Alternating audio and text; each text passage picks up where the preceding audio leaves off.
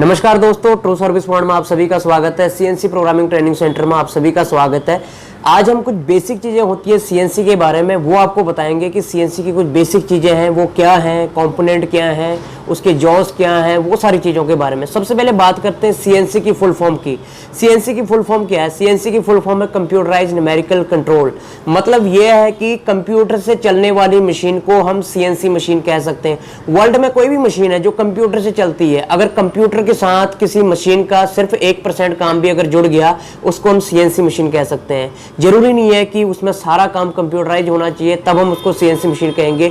Even यहाँ तक कि एक जो कंप्यूटर है, एक लैपटॉप है, वो भी एक सीएनसी मशीन है। जो प्रिंटर है वो भी एक सीएनसी मशीन है, क्योंकि लैपटॉप से हम जब कमांड देते हैं, अपने मोबाइल से कमांड देते हैं, आजकल तो वाईफाई सिस्टम है, मोबाइल से भी आप कमांड देते हो तो आपका जो प्रिंटर है वहां से प्रिंट बाहर निकल जाता है, तो उसको भी हम सीएनसी मशीन कह सकते हैं। ऐसा नहीं है कि मतलब सीएनसी मशीन अलग है और जो प्रिंटर है वो सीएनसी मशीन नहीं है। मतलब सीएनसी का मतलब ही यह है कि कंप्यूटराइज्ड न्यूमेरिकल कंट्रोल, जिस मशीन के साथ कंप्यूटर का कनेक्ट हो गया, कंप्यूटर का कनेक्शन हो गया, चाहे वो 1% है चाहे वो 100% है, उसको हम सीएनसी मशीन कह सकते हैं। अब सीएनसी मशीन का इन्वेंट कब हुआ था?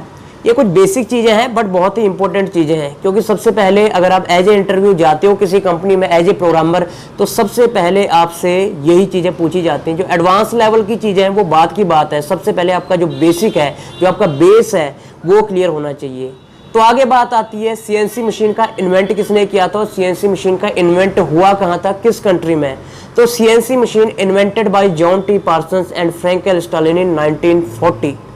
आज से करीब 80 साल पहले जो सीएनसी मशीन का इन्वेंट किया गया था वो जॉन टी पार्सन और फ्रैंक एल स्टालिन ने 1940 में किया था। अगर इंडिया की बात करें तो इंडिया में अभी सीएनसी मशीन को आए हुए ज़्यादा टाइम नहीं हुआ, 15-16 साल ही हुए हैं, बट सीएनसी का स्कोप जो है सीएनसी का इंडिया में भी वो काफ़ी ज़्यादा स्कोप हो चुका है। यहाँ पर हम चीज़ें बना के बाहर एक्सपोर्ट कर रहे हैं। पहले क्या होता था कि यहाँ पर सीएनसी मशीनें नहीं होती थी, जो हमको ज़्यादा फिनिशिंग के पार्ट चाहिए होते थे हम क्या करते, बाहर से इंपोर्ट करते थे। लेकिन यहाँ पे इतना ज़्यादा स्कोप हो गया अब सीएनसी का कि हम यहाँ पे पार्ट बना के बाहर एक्सपोर्ट कर रहे हैं।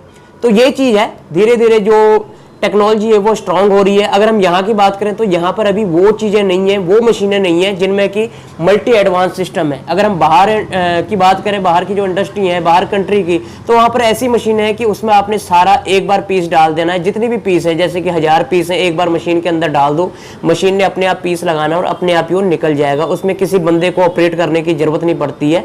लेकिन यहाँ पर क्या है कि इतनी एडवांस मशीनें नहीं है, इसलिए उनको बोलते हैं मल्टी एडवांस मशीन। यहाँ पर जो है उनको हम बोलते हैं सेमी ऑटोमेटिक सीएनसी मशीन। मतलब जिसमें ये होता है कि आप प्रोग्राम तो बना लोगे, प्रोग्राम बना के अपने मशीन में डाल दिया, लेकिन बंदे को खड़े होने की वहाँ पे जरूरत है पीस लगाने और निकालने के लिए। आगे बात होती है कि सीएनसी मशीन में जो कंपोनेंट होते हैं वो कौन कौन से हैं। सबसे पहला तो चक होता है। Chuck is use to clamp the job. जो चक होता है उसका इस्तेमाल कहाँ पे किया जाता है? जो अपनी जॉब होती है उसको पकड़ने के लिए, उसको क्लैंप करने के लिए। उसके बाद आगे बात आती है कि जो क्लैंपिंग सिस्टम होते हैं वो कितनी तरह के होते हैं। 3 टाइप्स के क्लैंपिंग सिस्टम होते हैं। सबसे पहला मैनुअल क्लैंपिंग, दूसरी होती है हाइड्रोलिक क्लैंपिंग, तीसरी होती है न्यूमेटिकल क्लैंपिंग। जो मैनुअल क्लैंपिंग होती है आम खराद में होती है, आम अड्डे उड्डे जो चलते थे खराद की मशीनें, उनमें यूज होता है, जो कि हाथ से चलाने वाली मशीनें होती हैं। अगर हम दूसरी बात करें हाइड्रोलिक की, तो auto part, tractor part, cycle part, piston वगैरह, ये सारी चीज़ें जो बनती हैं वो हाइड्रोलिक सिस्टम से बनती है, हाइड्रोलिक प्रेशर से बनती हैं। उनमें जो चक लगा होता है वो हाइड्रोलिक प्रेशर का लगा होता है।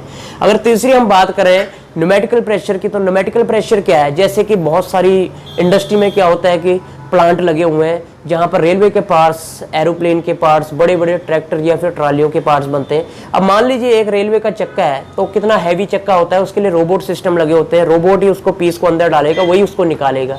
अब जिस पीस को रोबोट अंदर रख रहा है वो कितना हैवी पीस है, उसको क्लैंप करने के लिए, उसको पकड़ने के लिए जो सिस्टम चाहिए वो काफ़ी हैवी चाहिए, उसकी जो क्लैंपिंग चाहिए वो काफ़ी हैवी चाहिए। उसके लिए कौन सी क्लैंपिंग यूज होगी? उसमें होगी न्यूमेटिकल प्रेशर की, न्यूमेटिकल क्लैंपिंग। तो ये 3 टाइप्स के जो क्लैंपिंग होते हैं ये यूज किए जाते हैं इंडस्ट्री में जॉब को पकड़ने के लिए, जॉब को क्लैंप करने के लिए। तो दोस्तों आगे की जो बेसिक चीज़ें हैं, क्योंकि वीडियो काफ़ी लेंथी हो जाएगी, आगे की जो बेसिक चीज़ें हैं वो अगली वीडियो में आपको बताएंगे। तब तक ले इतना ही। अगर किसी भी स्टूडेंट ने प्रॉपरली सीएनसी प्रोग्रामिंग का कोर्स करना है तो हमारे इंस्टीट्यूट आ सकता है, ज्वाइन कर सकता है। हमारे नंबर है 9888981852, दूसरा नंबर है 9888681852।